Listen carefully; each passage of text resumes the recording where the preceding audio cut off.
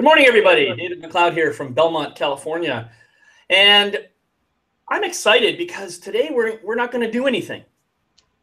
We're not going to do anything at all. We're just going to be. And that could be challenging given that while being, we're going to be present on a webinar with you guys, and somehow we're going to have a conversation about being while being. And that's going to be fun, it's going to be challenging, and it's going to be, well, it's going to be. So without any further discussion around that, I want to say hello to my good buddy, Tommy. Good morning, Tommy. How you doing?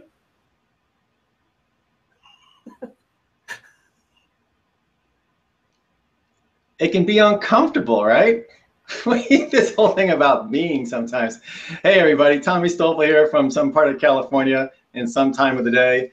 And yeah, talking about being, as you were talking about it, David, it reminded me of, I used to go see this guy. His name is Wayne Lickerman, and he's written some books, and he has sessions in his house where he has people come over and they just, have this spiritual exchange, and he'll start at the beginning just looking you right in the eyes, 30 seconds or so, and he'll go looking at somebody else.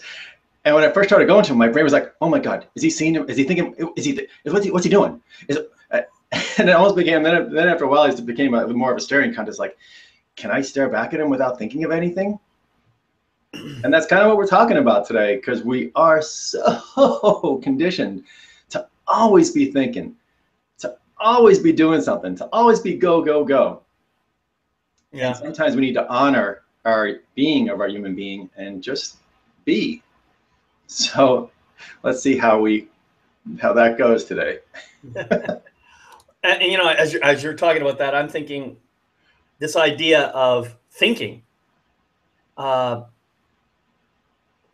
really believe that thinking is beyond our control. I think that thinking is just going to happen. Thoughts are going to happen. It's kind of like an ocean. At the surface of the ocean may be really, really rough, and that kind of is could be the waves are jumping all and down and up and everything like that. But as you go down deeper and deeper and deeper into the ocean, that sense of movement, that sense of turmoil, that sense of churning diminishes. And the deeper you go, of course, there's other issues that start to happen deeper in the ocean. But the point I'm trying to make is that things get stiller and stiller and stiller and quieter. The thoughts haven't stopped. They're still going on up top there. The waves are still going. Everything is still going. But we can just be present in the smoothness and the gentleness and the stillness of the deeper ocean. And that's really, I think, what we're talking about here. It's not about trying to stop the mind. It's not about trying to stop those thoughts, because that would be a fool's errand. You just simply can't do it. What you can do, however, is you can just let yourself relax. You can let yourself go deep into that quiet space. And you can kind of maybe look up and say, I can see all those things moving around up there. They're pretty cool. Wow. Oh, look at that one over there. It's just jumping up and down. Oh, and that one over there is kind of cute too. He's got his own little action. So we can do that. We can get into that place of being present to whatever's going on around us without having to do anything. So the whole goal is to be able to get to that place of stillness and that place of peace. And yeah, we're not gonna be there every moment of every day. That's not the point. But the point is to be able to get there when you need to, for all the reasons we've talked about in previous episodes of tapping into that wisdom and just getting away from the stress. And David, there does come a point, because other teachers have taught me this, and other teachers profess this, that you can rise above thought. You can get thoughts down to a quiet level, even if just for a second or two, and you won't die. Because I used to think, as people started to teach me about meditation, and quiet your thoughts, and to a point, maybe you can get to a place of no thought. I can't do that. I'll die. If my brain stops, my body will stop, and that's just a flat out lie that my ego is telling me. But the important thing is to get to that place easily, whenever you need to, and as easily as possible, to get Some say rise above thoughts, you know, or sink into them. You know, just find that place of peace and silence. Even though there may be some jabbering going on, some chatter going on in the background, find that place of peace inside, and just be. And it's not what we're taught, and nobody ever teaches us this in schools and you know, parents, whatever, right? It's always, you got to think. We get rewarded for thinking. We got to go to school to think all the time. We got to do, go. And at some point, we're going to hit a wall. We get exhausted, right? All this stuff starts to build up in us, and that's what we're trying to remember and remind ourselves, that being is okay sometimes. Yeah, interesting perspective for sure. And I, for some reason, I'm now thinking about quantum physics and this notion of absolute zero, where absolute zero is supposed to be the temperature at which all motion stops. And we have a theoretical value for this temperature at minus 273 degrees Celsius. And that's pretty low temperature. But what I think that science is discovering is that they can't actually get to absolute zero. They haven't ever found a place where motion actually stops, where there is such a thing as total absolute stillness. There's always some kind of vibration that's taking place. And so it's not that we're trying to stop it. And that, as I said, you can go ahead and try that if you want, but I think that really what we need to do is start stepping back and observing. And from the place of observing, I have less attachment to what's going on with the vibration. I have less attachment to the in any particular outcome I might be wanting or imagining. And I can just simply observe things and say, oh, that's an interesting thing. I can just put that out there, that little observation. Oh, look at how cool that is. Now, I am putting a bit of a value judgment on it when I do that, but it helps me stay in the observing phase rather than attaching to it. I think I've tried meditation too, and I've tried the stilling the mind thing, and I've tried getting down to no thought. I might have been able to do it for half a second before another thought popped in, and I said, am I thinking yet? You know, and so it's a challenge, and I think it's an ongoing challenge. So it is, and it eventually it becomes a practice, you know, it's almost like a challenge, a personal challenge, to see how long you can. And Eckhart Tolle talks about, he said, it's like you're not falling below thought. And he goes, you're not trying to stop thought, because trying to stop thought does get frustrating and futile, but he teaches a technique of how to rise above thought. And you actually send your brain on a task to go monitor your body, to go monitor your body energy, or to monitor your breathing. And Buddha teaches the same technique. You get your brain. And this is an important point that we say, and maybe we need to say a lot. Our brain's a tool. Our brain is a tool. It's not us. It's not. So I'll come back to the rising above it in a minute. But I want to just be really clear to everybody that when we talk about the mind, our brain, whatever term we want to use for it, this thing between our ears, it's a tool that we're supposed to know how to use. And in many people, and myself included, up to a point in my life, I just thought everything that went on in my brain was me, and that was me, and there was nothing else but that. And that's the distinction. And David, you say it perfectly and brilliantly, is that you sit back and observe. Well, that asks the question is, what's observing? Yeah. What's doing the observing? What's observing your thoughts? What's observing your mind? That shift right there is so powerful to get into in your own space and to contemplate a little bit, not too much, but what is observing my thoughts? Yeah, and if you can answer the question, well, even if you can't, that brings to my mind as you say that is the moment I ask the question, who or what is doing the observing? Now there's another level. I can come back and observe the observer. Let's watch what this observer is doing. Oh, that's kind of cool. Look at that. He's watching that thought over there. And then you might wonder, well, who's observing the observer? you know, and then so you have another level. I mean, it's like the whole Russian nested dolls thing, you know. You got one layer, then you got another layer, and you got another layer. It's all, and yet at the same time that there's multiple layers, it's all one anyway. It's all one connected, unified whole.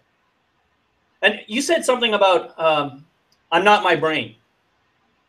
Well, I agree with that. I'm not my brain. I'm not my thoughts. I'm not my feelings. I'm not all the roles that I think I play. I am not, I'm not, I can identify as having male attributes, but the fact that I have manness in me isn't what defines me.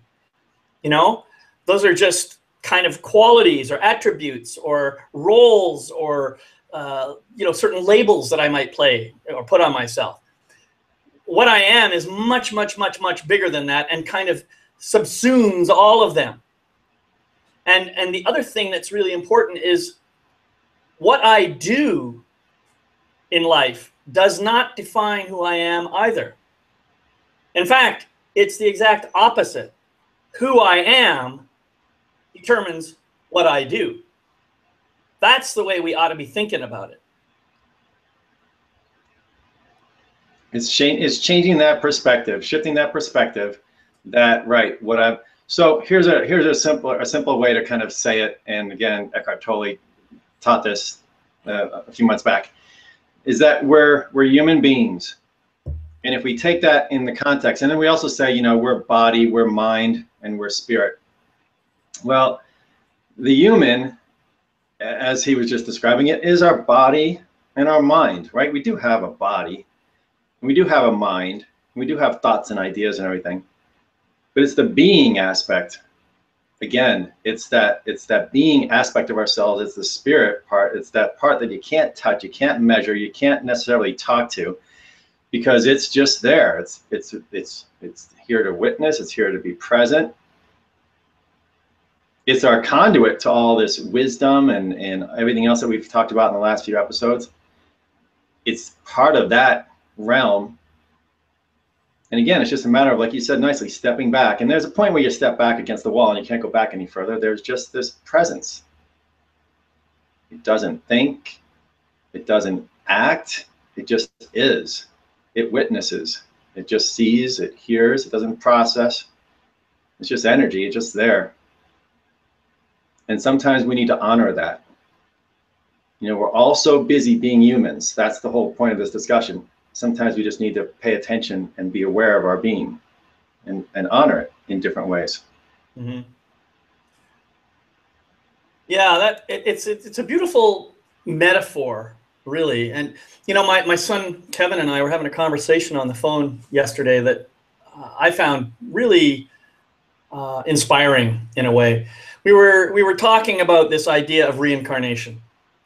And now I personally have never had, I've never had such a powerful deja vu experience that I thought, oh, that must be something related to a past life.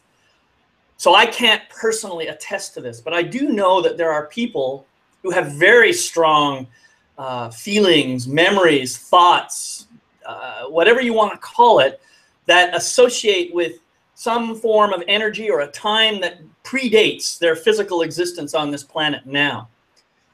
And what I find so inspiring about that idea, and part of the reason that I want to do a session with Josette or somebody like that, is it means that no matter what we might imagine about our life right now, we exist before this life and we exist after this life. And it is this presence that you've been talking about that really is that part of ourselves. It's kind of like when last week I think I talked about the big giant jellyfish where the whole of everything is the big part, and then there's these tendrils that come down, and we are kind of like individual tendrils having our own little experience, but in the end we are part of the big thing anyway. That's kind of, I think it's a beautiful thing, and it just gives me such great hope for my own life and for all of humanity, all of existence actually. And the different teachers that have guided me or taught me, they all confirm the same thing, that yeah, we are part of something grander, at some subtle energetic level, some spirit level. We talk spirituality. We're talking about spirituality. What is spirit? What is spirituality? What is it? Well, that's that's that thing you can't put your finger on, because you can't put your finger on it because it's behind our ability. It's our presence. It's that essence of ourselves. And yeah, it does exist before this physical manifestation, this life of Tommy right now. And it will continue to exist after this life of Tommy. And there are books out there, people that have done past life regressions on lots of people.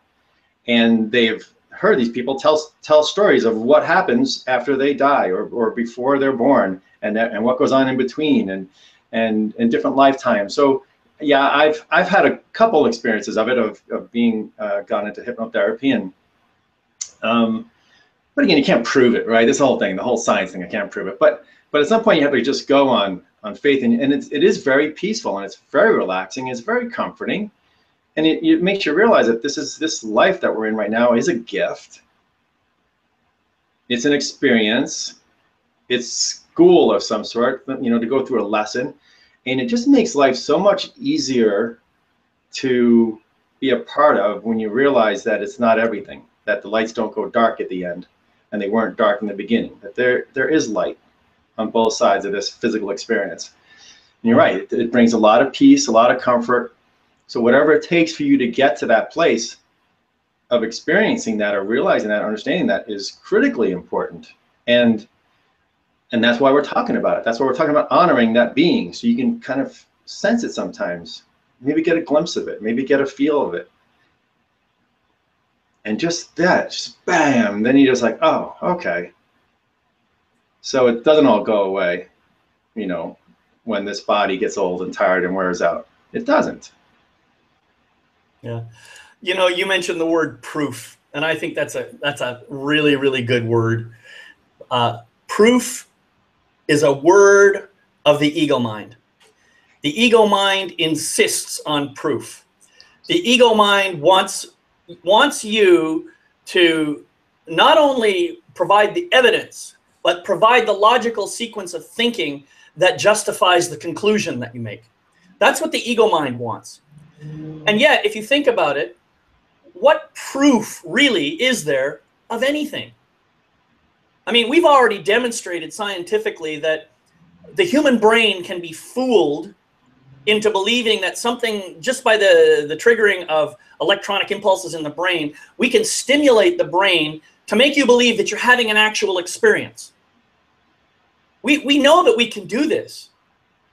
And but is there proof for it? I don't know. So really the question you're asking yourself is, how can I even prove that I'm having an experience? Well, trust your feelings. Your feelings are telling you what's going on, whether it was triggered by some electronic impulses, or whether it's something that actually happened in your life. It doesn't matter. The experience is the same. For you, personally, as an individual, you have the experience. And that is your proof. Proof that you exist. Proof that you are. Proof that you be. Very nicely put. and to just kind of put that into like what visual popped into my head is, we talk about doing, right? We do. This body does things. So let's call that this layer out here that's interacting and doing. And then there's the body that's thinking. And so that's like a layer closer, right? This is my thought layer. And then behind that is the layer of feeling. It's getting more subtle, right? Mm-hmm. It's all energy, but this is much more subtle energy, our feelings. Now we can't prove, what our feelings are, but you have them and you can use them. Yeah. That's another layer. And then behind that layer of feeling is this being. Mm-hmm. And so that's why the feeling is, like, we always talk about how does it feel? How does that feel? And not the head made up thoughts and feelings, but how does it feel inside your body? And that's why we help you focus on that feeling, is because that's about as close as we can get to that being. Yeah. Mm-hmm. And so thanks for saying it that way, because that's really, really cool to think about too. Getting back to the feeling, you're getting close. And you're not so much thinking, right? When you're feeling things, not a lot of thought going on, not a lot of processing, you're just feeling. So again, that's just getting us closer back to that being, back to the back of the wall almost. Well, I think now this is another interesting point, Tommy. You have your own way of describing this layer thing. You talk about kind of stepping back, stepping back, stepping back. And for me, it's more a feeling of going inward and going deeper and going deeper and going deeper. Other people who watch this may have a completely different experience. We're offering them two different metaphors for basically the same thing. And so neither one of us is right, neither one of us is wrong. We both have our own experience. And so I really want to make sure that we remind people that, you know, you may have a completely different thing. Maybe your idea is something like going up in an elevator, you know, going up in an elevator, you're on the first floor right now and everything's happening all around you and crazy. You go up to the second floor, things maybe cool down a little bit. I don't know, they soften, they get quieter, whatever happens. So an elevator might be one kind of metaphor that you can use. We also talked, when we were talking about who's doing the observing, I mentioned about the Russian doll thing. Maybe that's a metaphor that people can use, you know, the nested dolls kind of thing. I don't know, Tommy, maybe you got a couple of other ideas that we can suggest that might resonate with some of our viewers. What do you think? Yeah, we can do metaphor games all day on this, right? Some teachers teach about the sky, that the sky is that essence of ourselves, and that the clouds passing by are our thoughts, and that maybe I haven't thought about this. Maybe the earth and everything going on, it is our physical being, you know. So there's you can always, you know, like kind of different metaphors for feeling the same thing. But you're right. Just I was kind of layering back, and I just actually drew that one out last week. That's not one that's been with me for a long time. More the one is like it's almost like there's a pinpoint of infinitely bright light inside of me. Yeah. You know, that sometimes is a way I feel it. And how much that light radiates out is how close I am to being in the moment, how much my mind is still in quiet. Then that light can shine, and that's my presence, and people can feel it. I know people can feel my presence sometimes. In my peace, or if I'm in a loving mode, or different energies that I consciously kind of project, people feel that. I've told people, you know, people have told me, and there were people like, wow, just like, you know, you feel calm. It feels very calm here in your house, you know. So people get that. They pick up on that, the feeling, the energy, the vibration, and it stems from that, my being, that essence of what's in me. Yeah, no, that's wonderful, and I really like that idea. An infinitesimally small speck of infinitely bright light. I love it. That's just, yeah, that kind of encapsulates what I think we all are, all of us. And we're all part of the same light. We're all part of the same source, you know? And I think, you know, the color, we call it white light, but it isn't even white. It's just, it's so white, it's beyond white. You know what I mean? It's just this brilliant, brilliant, pure light that has no individual color associated with it, and probably something that would be difficult for our eyes to even register, because our eyes are designed to see color and all the other things like that. But I think that's a very, very beautiful metaphor. I like that. So I'm going to keep that one in mind. I'm going to try and, as I go deeper, I'm going to look for that guy. I'm going to just kind of descend into it. Maybe it's not descending. Maybe as I go deeper, I'm actually rising. I don't even know. There's a combination of those two things happening. Yeah, it's something that's, you know, our mind can try to comprehend in different ways, and whether it's a growing or a shrinking or going in or going out, it's just our mind trying to logically, you know, put some structure around something that has no structure. Yeah. Another way that it's taught, you know, if we're talking about the human and the being, the structure and the no structure. Some people call it the form and the formless. And again, it's just a matter of honoring that formlessness of ourselves. So much of life around us is focused on the form, on the collecting, on the doing, on the learning, on the knowledge, on, you know, all that stuff, which is our mind, and even our mind is in this form, a world of form, and then this physical being of ourselves. Yeah. Again, we just need to find ways and practice on a daily basis, at least for a few minutes, find this ways to honor that formlessness, to honor that being, to try to find it, just feel it, right?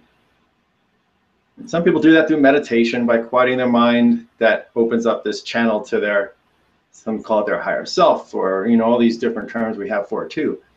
Yeah.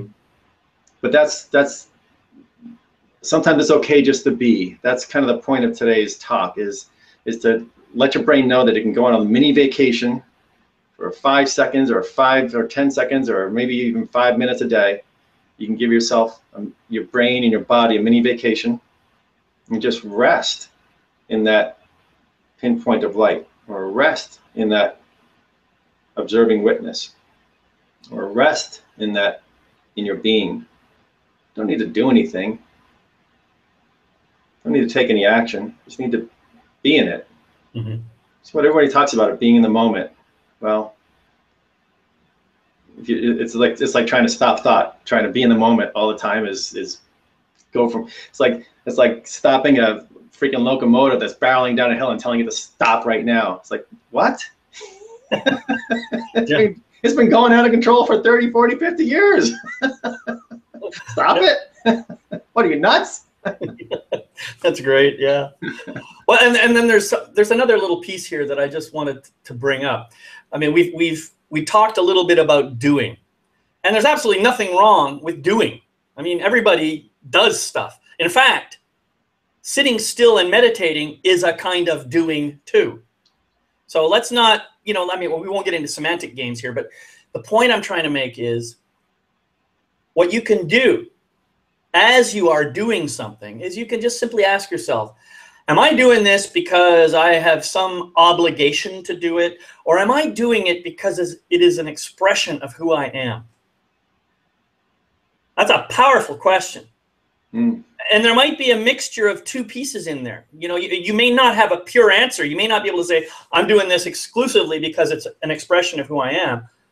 Maybe there is a part of you that is still trying to please somebody, and so you're doing something for that reason. Or maybe there is still a part of you that thinks, if I don't do this, I'm going to get fired. You know? So just, it's not about changing what you're doing. It's just about bringing awareness to it. That's all. And as soon as you bring awareness, guess what you're doing? You are being. It's that simple. Bring awareness right here, right now. Ask yourself the question, am I doing this because I have to? Am I doing this because I'm trying to please somebody? Or am I doing this because it's an expression of who I am? Try it. Yeah, that's very powerful, David. To bring some being into the doing. Yeah, we're still going to do stuff, but can you bring some mindfulness? Can you bring some awareness? Can you bring some presence? Again, listen to all these words, right? We talked about presence. Well, if that's your essence, then you're just bringing a little bit of that.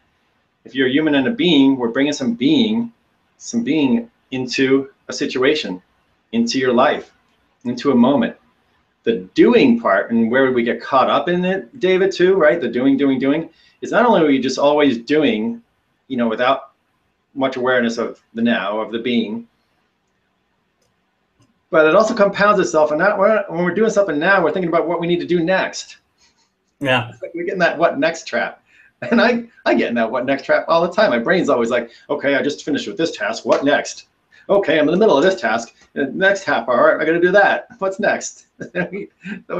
So that's still going to happen because we have this life. We have this timeline that we're on. We have, you know, it's days and hours and weeks and things to do things in, and to-do lists and all that stuff. But bringing some presence, some being into, if you eventually bring it into more and more and more of your life, that's the goal. But at least just try it for a couple seconds a day at first. Yeah, well, what I wanted to say about that is it's okay to have a to-do list. We've talked about that before. And it's okay to get things done on your to-do list and check them off. That's wonderful. Here's what I would encourage you to do. Don't put this on your to-do list, but allow it to happen. Finish something on your to-do list and give yourself permission to simply enjoy that you've got that done without thinking about what's next. And give yourself like a minute or 2 minutes or maybe 5 minutes just to kind of honor yourself for completing that task. However mundane, simplistic, you know, however insignificant you imagine the task might have been. Just give yourself honoring. Then, after you've done that, now say, okay, what next? And do that after every single task.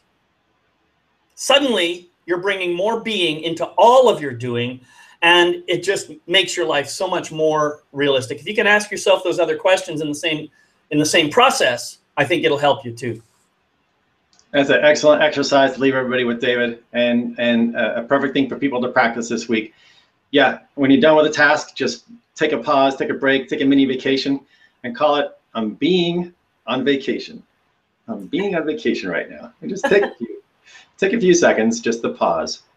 You're honoring your being, you're honoring your higher self, you're honoring that part of yourself that needs, and the more you do it, as David said, the more it will be part of your life, and the more joy and presence and brilliance you'll have in your life. So before you close off, I want to just add one thing here. You said the word vacation, and I love that word, being on vacation or being in a vacation. Just think what that word vacate means. Ooh. It means to empty out. So enjoy being empty.